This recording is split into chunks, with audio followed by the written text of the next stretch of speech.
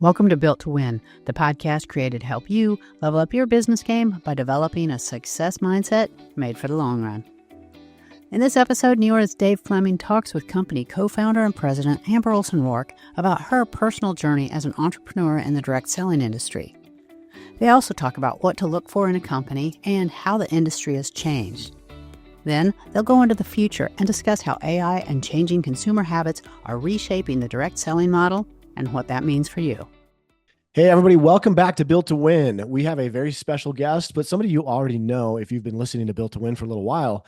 We have today with us the co-founder and president of Neora, and she's also a co-founder of this podcast, Built to Win. So it's great to have Amber back on. It's been a little while since we had Amber on, but I'm really excited to reconnect and talk about some of the things that have been happening since she was last here. So Amber, thanks so much for being here and welcome back.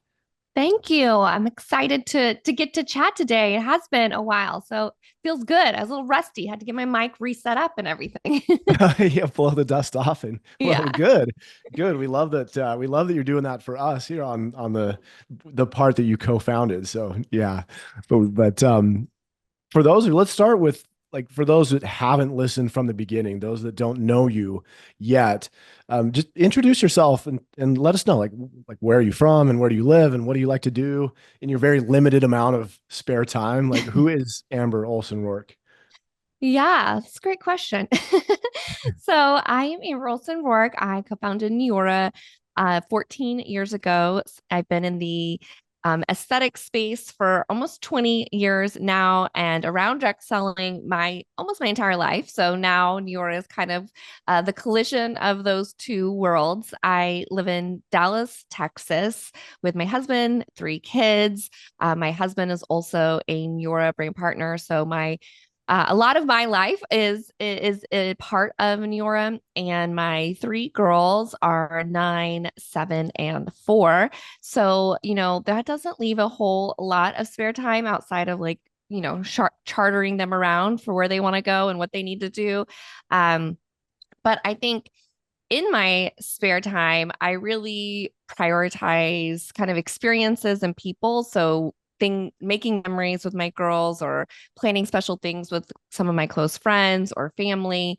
And so I think, they talk about are you an experienced person or a things person? I'm definitely an experienced person. So whenever I have free time, I'm just trying to create experiences that will create a memory. And beyond that, I don't really have much spare time. Yeah. No, well, and I do like that you try to kind of fit them in too, because I know you were on a business trip and you took one of your daughters with you, and so sometimes you get to put those things together and let those worlds connect a little bit, which is also super cool, and I love that you do that too.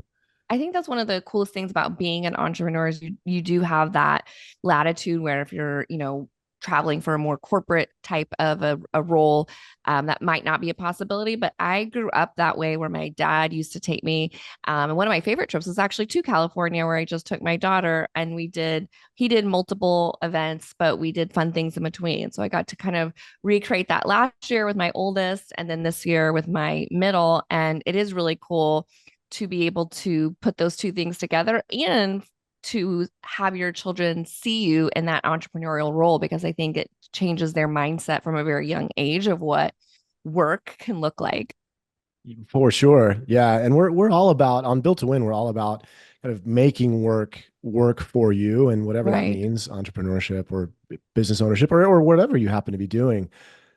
But I want to take it all the way back to the beginning, kind of where because you came out of the med spa space where you were an owner of a med spa, mm-hmm. and then changed course, pivoted, as we like to say, coming out of Silicon Valley. Nothing is a change. Everything's a pivot. But what was tell me what that was like, and what was the catalyst for leaving that space and then getting into direct selling? Yes, it was a wild journey, and it's one of those things where you can never, especially in entrepreneurship, you can never exactly chart your path of exactly what it's going to look like, because it ends up looking, completely different. And that is the same case as this. So I was running a medical spa in Keller, Texas, Southlake, Texas. And I really enjoyed it. I enjoyed helping people feel more confident about their skin, getting results. And I was doing that. And then an opportunity kind of came out of nowhere to have exclusive rights to this particular ingredient that we could develop a skincare product around. And so I had been selling skincare for a while. And it was really interesting because what I had noticed is that at a medical spa, you sell these kind of what they call professional skincare lines, which honestly doesn't really mean anything because all it means is that that brand has chosen their distribution method to be only through spas. I think a lot of people think that if you're selling a medical grade or pharmaceutical grade or whatever they want to call it line, that it has, higher percentage of ingredients, or they can use different ingredients, or there's more checks and balances.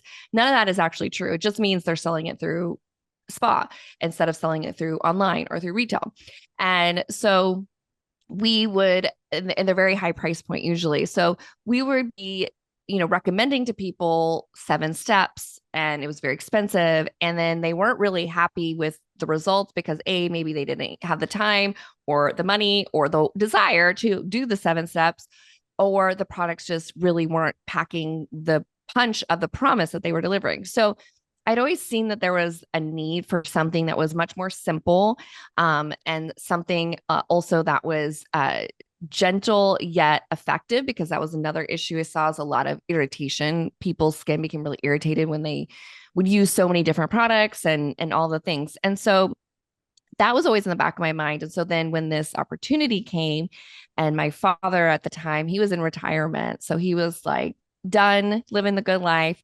But when this opportunity came, it kind of created this really unique opportunity for us to bring both of our unique skill sets together.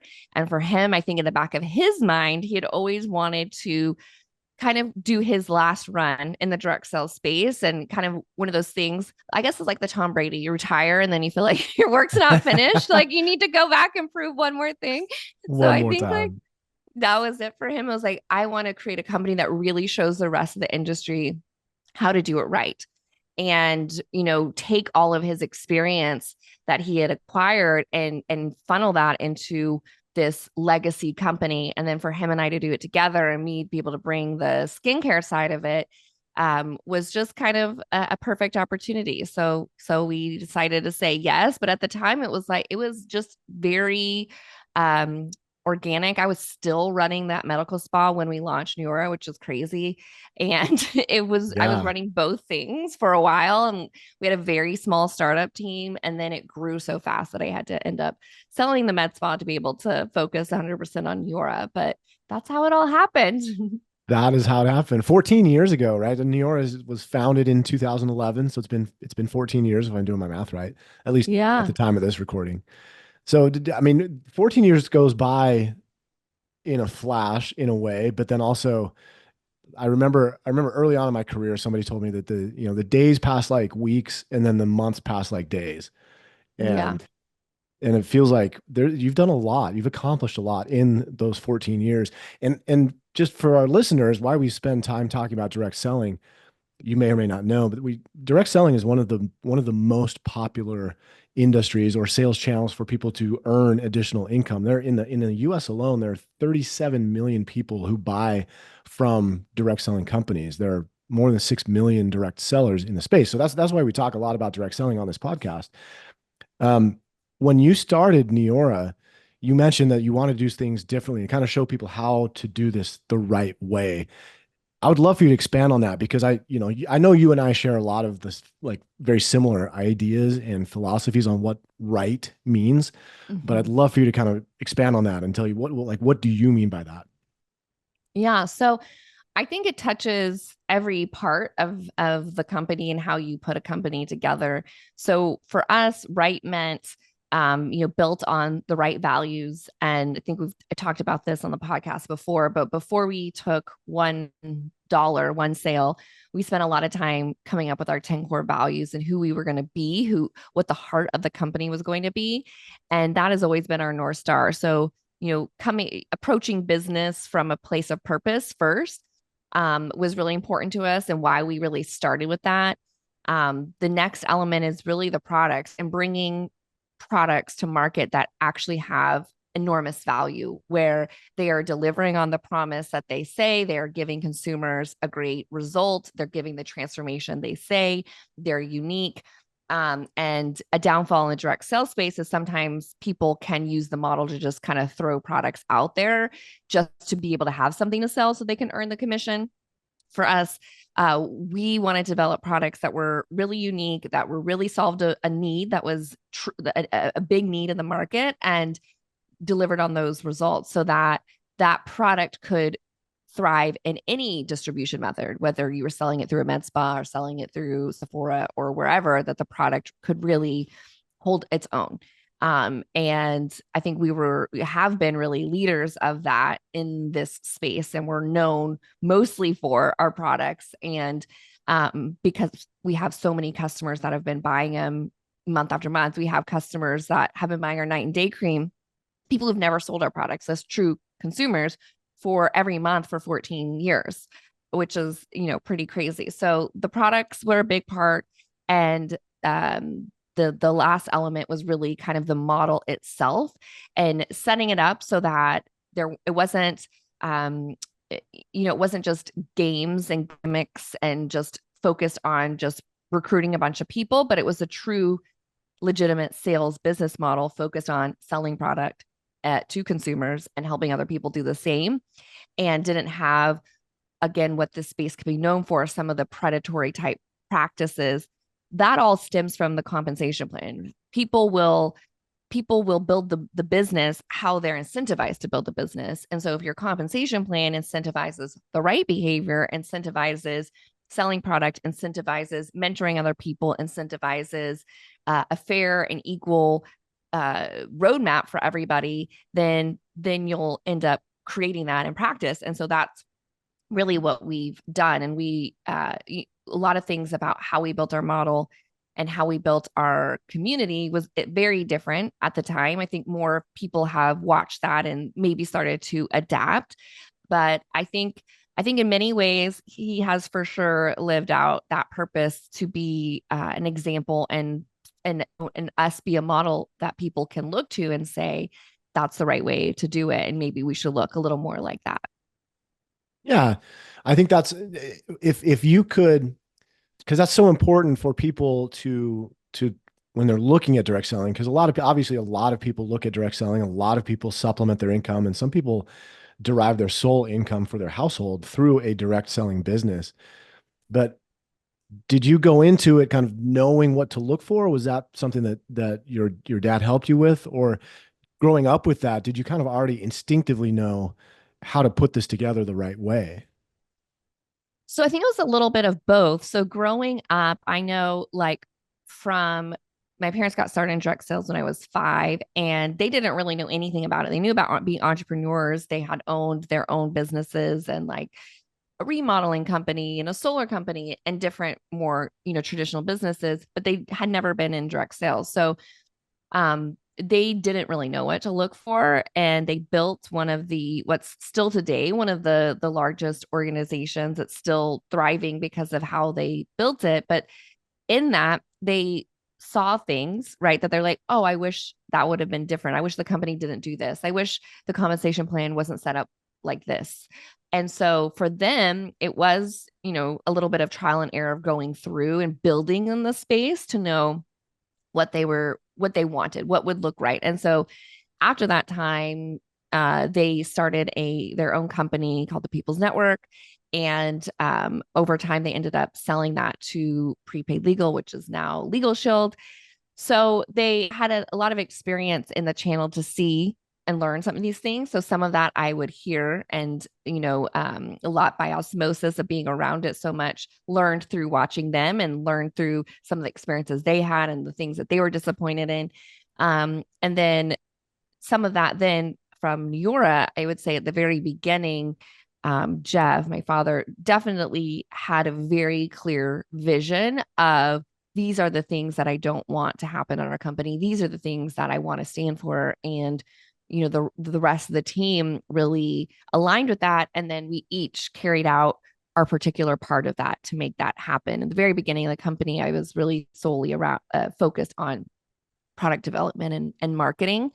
And so everyone kind of then aligned to that vision, which just goes to show like how important it is as an entrepreneur, as somebody starting something, to have a really clear vision so that the team around you can align with that and carry it out. Because if it's murky, if it's kind of just left to everyone to have their own vision, like, okay, marketing, you have this part, you create your own vision, and sales creates their own vision, and IT creates their own vision, it ends up being very muddled. Like, you need somebody to be that visionary person that says, this is what we stand for, this is what we're going to look like. And then the rest of the teams can align and bring their expertise to their part of that vision.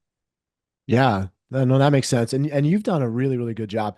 People that maybe don't know Neora, don't know the brand, like you've done an incredible job, like creating the Neora brand and what it stands for, what it looks like and feels like. And I think it is like truly like world class, and you deserve credit for that, because I know that was yours from the beginning. And I'm curious, like over 14 years, because 14 years is not that's a significant amount of time. Like I'm trying Yeah. to remember, like 14 years ago, I was in a different country. And Wow. Yeah. yeah, so like how has the business evolved in 14 years? Do you find that you're still on the same pathway, or do you find that you have to adjust, and like we've talked about before, like there are obviously times where you have to pivot and do things Yeah. differently, but do you find that the core principles still hold true 14 years later?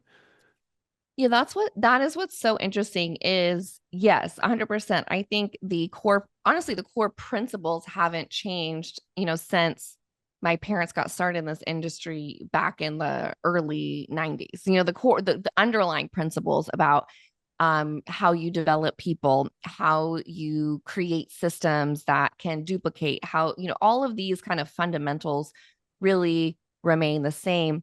How you do some of these fundamentals have radically changed, and a lot over the last 14 years. I remember when we launched, we were one of the only companies in direct sales who had a Facebook page. It was like, why would you need a Facebook page as a company? And then we were like, wow, that's crazy.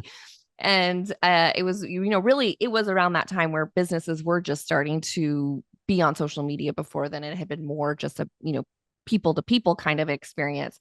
And so obviously, fast forward 14 years later, and for some companies, that's the only way that they are selling is through, social media. So it has changed a lot, which means then how we share our message, how we teach our brand partners to share their message for sure has changed.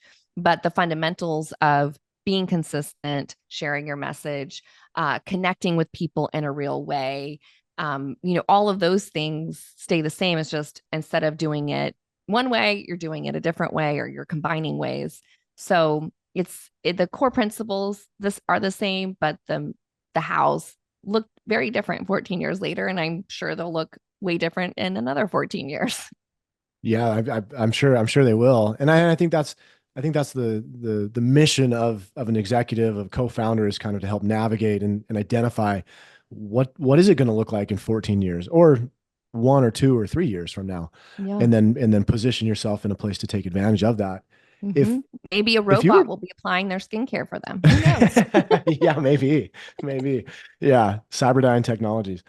Um, if we were to if you were to step back from New York, kind of look more at the direct selling space in more broader terms, how do you view the current state of direct selling? Is it an exciting space? Is it kind of old and tired, or somewhere in between? What are your thoughts on that? That's an interesting question, because I would say it's both depending on the company. I feel like there's this big kind of divide that's happening. And I think it's a very exciting time for companies that have a more modern approach. So they have the things that I talked about. They have really great products. They have a business model that's very modern. It's very focused on, e-commerce and referrals and that kind of a approach versus buying a bunch of inventory that you're stuck with.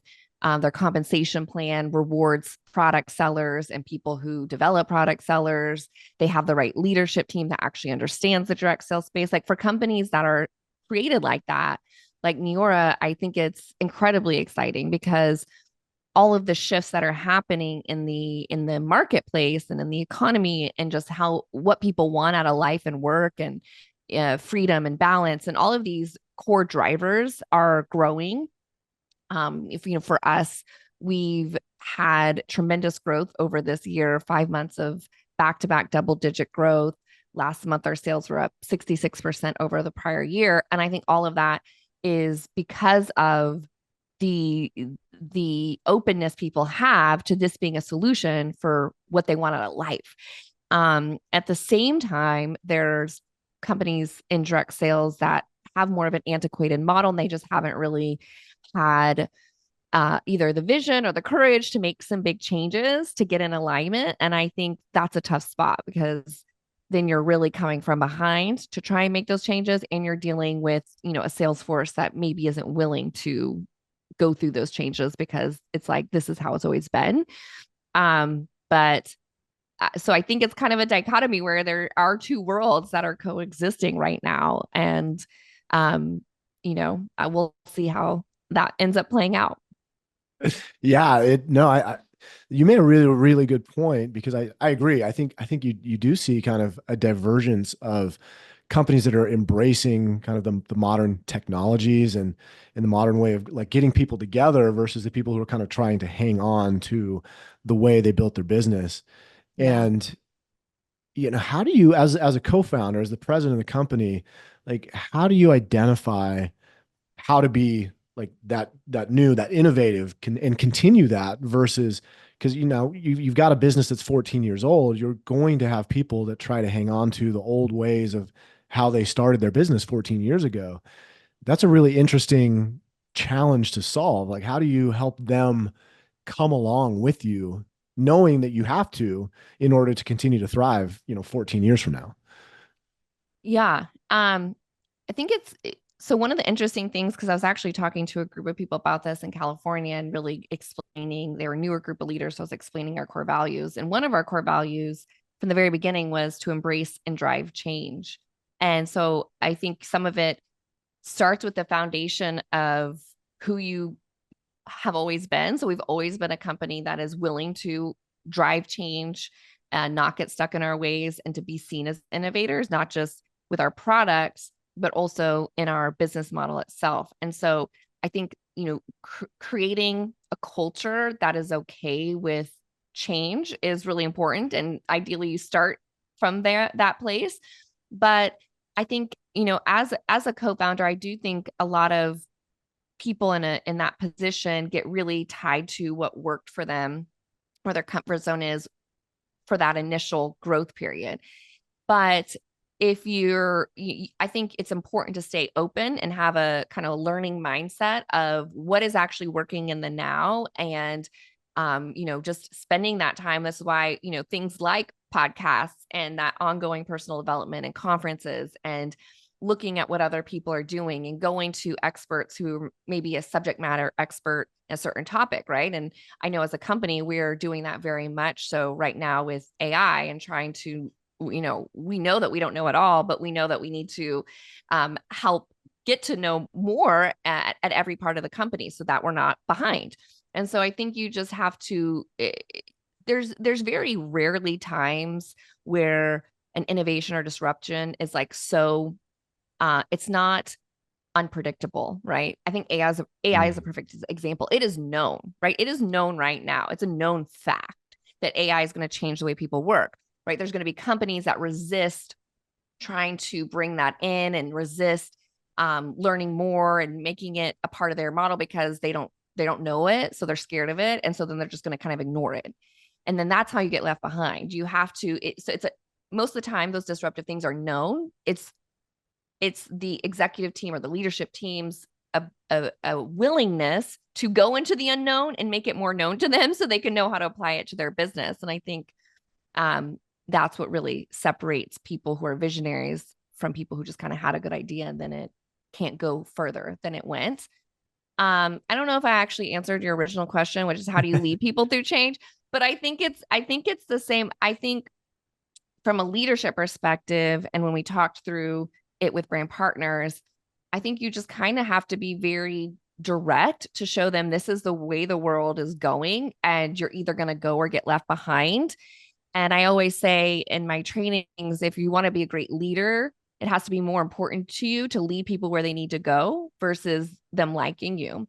And Mm. I think that's a struggle. It's still a struggle for me for sure, but I always try to lean towards telling them what they need to hear. And a lot of times when you first tell them, you're going to get a lot of resistance and they're going to give you a lot of reasons why that they don't want to do that.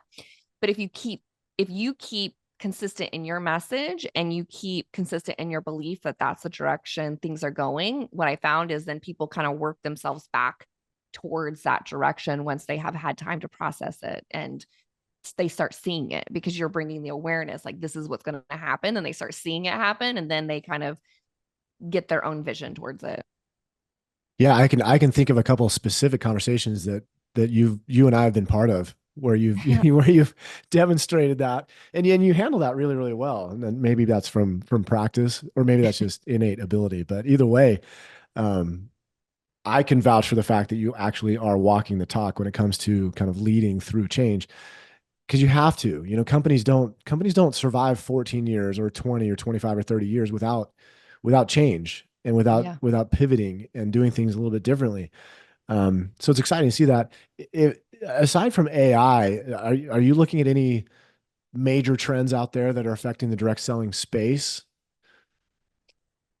Um, I think just how people shop for sure, like the ways in which they shop online is going to continue to change. Some of that because of AI, right? They're going to want to say, hey, like find me this skincare, that does this. So just people, I think in indirect sales, it's really two main, in my opinion, two main components that you have to really understand is one, how are people shopping? And everything related to that. How are they discovering brands? How are they discovering products? How are they paying for them? How are they wanting to purchase them experience wise?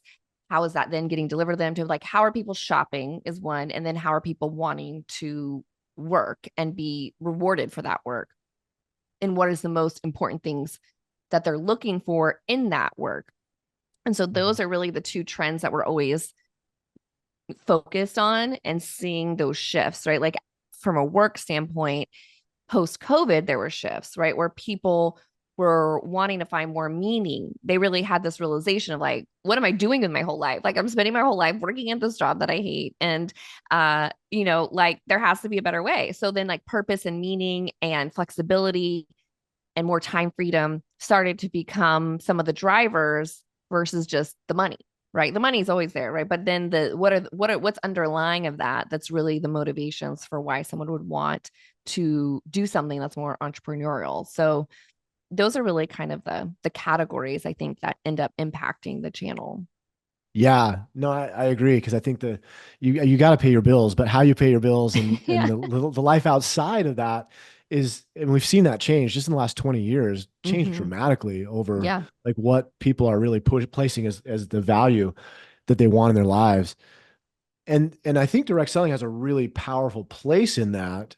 And I think it will continue to do that. That's my opinion. But I'm curious, you've been doing this, you've been in direct selling, well, you've grown up around direct selling, but now running your own business for 14 years.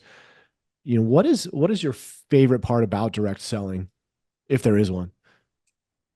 Oh, for me, 100%, it's about seeing the transformation of people and seeing people that have maybe never done something in sales or in entrepreneurship or anything, right? It's outside their comfort zone, and seeing them take that initial leap of faith and start to plug into building their business.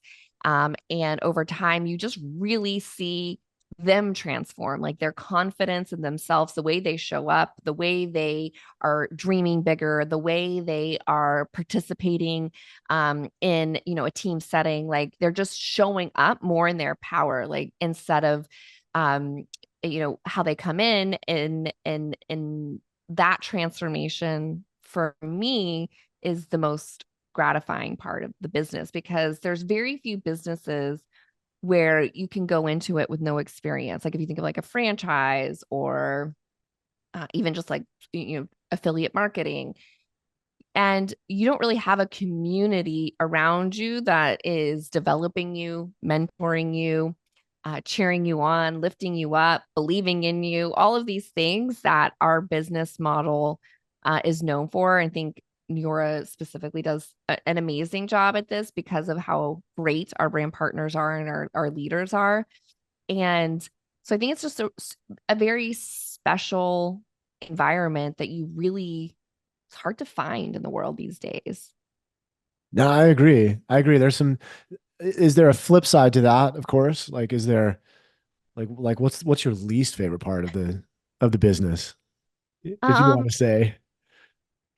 I don't know that I have a least favorite part about the business per se. I mean, it's a very competitive environment, because as a company, from company to company, you want to attract the best talent and the best brand partners. So I think because it's super competitive, that can create sometimes um, not a great culture environment between companies, but we really try to just not participate in that part of it. I think it's like anything, like it doesn't matter what category, restaurants, Wall Street, tech, like there's always, good sides and bad sides to the industry as a whole, but also you can choose. That's the great thing about, being an entrepreneur and running your own company is you can kind of opt out of some of those things and just not participate in that part of the business model.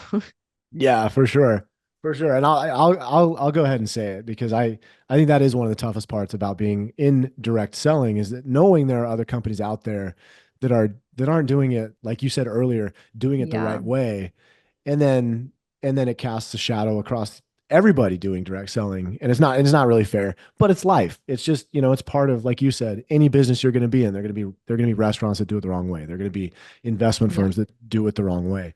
Doesn't Yeah. mean everybody is doing it the wrong way, but it's still, and I'm just on my soapbox. It still stinks to be associated with those companies because you're in the same channel. Yeah. What's weird about direct sales I've noticed is, yeah, it's I think because people don't understand what differentiates one company from the next, they can group them together. So I do think it's really important, and something that we've been working on is really better telling the story and the facts about why we are very different, like on not just from a marketing perspective, but like functionally how we are set up very different. Um, because as I mentioned before, how you set up your rewards, your incentives, your compensation, your field leadership, all of those things massively change how the company operates and functions, and therefore how the experience is as a sales rep. And I do, it always breaks my heart. And I heard a few of these stories actually when I was just traveling in California, where somebody, and like I mentioned in Jeff and Renee's own story, you don't necessarily always choose the right company first. So then you learn some of these things and you experience some of these things, and they had bad experiences at a different company that was set up very differently. On the flip side, it is beautiful when they get here because they're like, oh my gosh, this is like everything I was wishing for. And it's like a breath of fresh air, and it's just so different. And that's like what I see from leaders or even non-leaders who've had experience in this space. Like their kind of summary is, this is so different. And it really just honestly is. Yeah, which that's got to be really rewarding, right? When you're hearing kind of, I mean, horror stories of other companies and what they've gone through, and to Yeah. hear that, oh, it is different here, and then that is Yeah. possible. That's got to be super validating. It is. Yeah. So New York's been in the news quite a bit for all of the right reasons about growth, about like the run that you're on.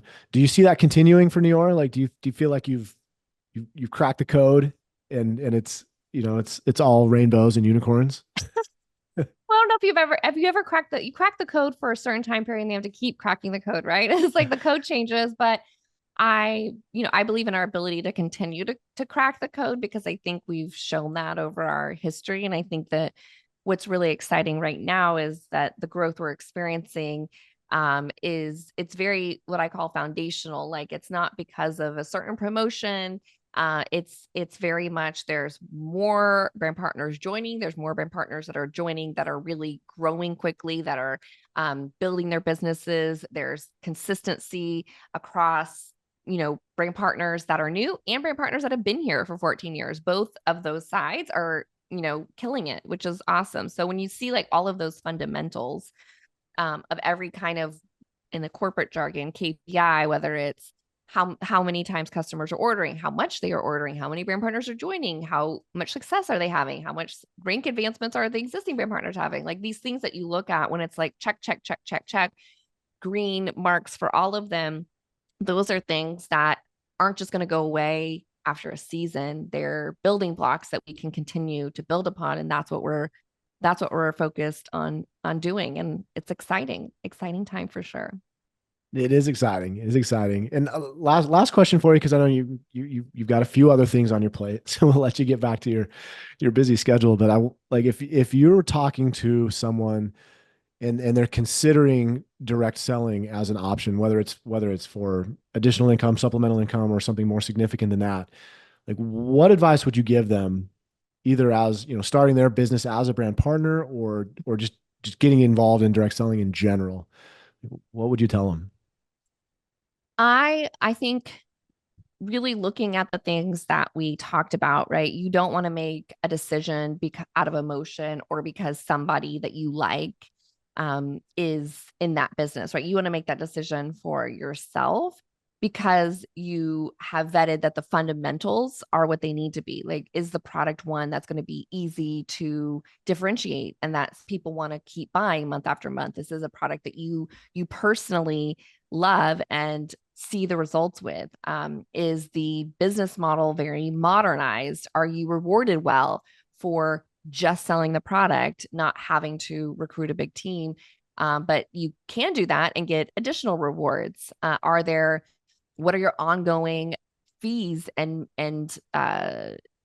what you're going to have to pay on an ongoing basis? For us, we really pride ourselves in being the lowest in the entire industry on that front, because our goal is to get people into profitability mode as quickly as possible. And then I think probably most important in this era of direct sales, really knowing who the ownership and leadership of the company are, because we've seen so many bad decisions and decisions being made that impact the brand partners that are selling those products because they're being made by people who just honestly don't understand the industry. They don't have the experience in the industry. It's, they're making decisions to satisfy private equity shareholders. And so you really want to know that who is running that company on a day-to-day basis, A, is very committed to the model, and B, understands, has experience in this model, and C, probably just good humans. I think all of those things are, those are the people that are going to be deciding and making these decisions and making these pivots and being the ones that are able to keep up with where the world's going. And so they do have a lot of influence into your long-term success. And I think that's what people ultimately want to create, is not just something that they can get rewarded right now, but they can actually build something that is a true business long-term. Yeah, I love that. That's great advice. Something you could apply not just to direct selling, but kind of any business that you're looking at. So yes. Well, thank you, Amber. It's been great having you on as always. No shock there, but I appreciate you coming in, spending some time with us, and hopefully we'll be able to do it again soon. Yes, thank you. It was fun to get back on the mic. So thanks for making it happen. I know you're always one of our most popular guests. We waited too long to get in between Amber Olson Rourke visits, so yeah, we won't do 6 months again. We'll do we'll do better on that. We'll do better on that. It was a busy 6 months. It has been a busy 6 months. Yes, you cannot argue with that, and very productive too. So congratulations on that. Well, yes, thank you for all of the awesome interviews that you've done along those 6 months. It's been great hearing so many stories of the brand partners that I was speaking of, and hearing their journey has been awesome.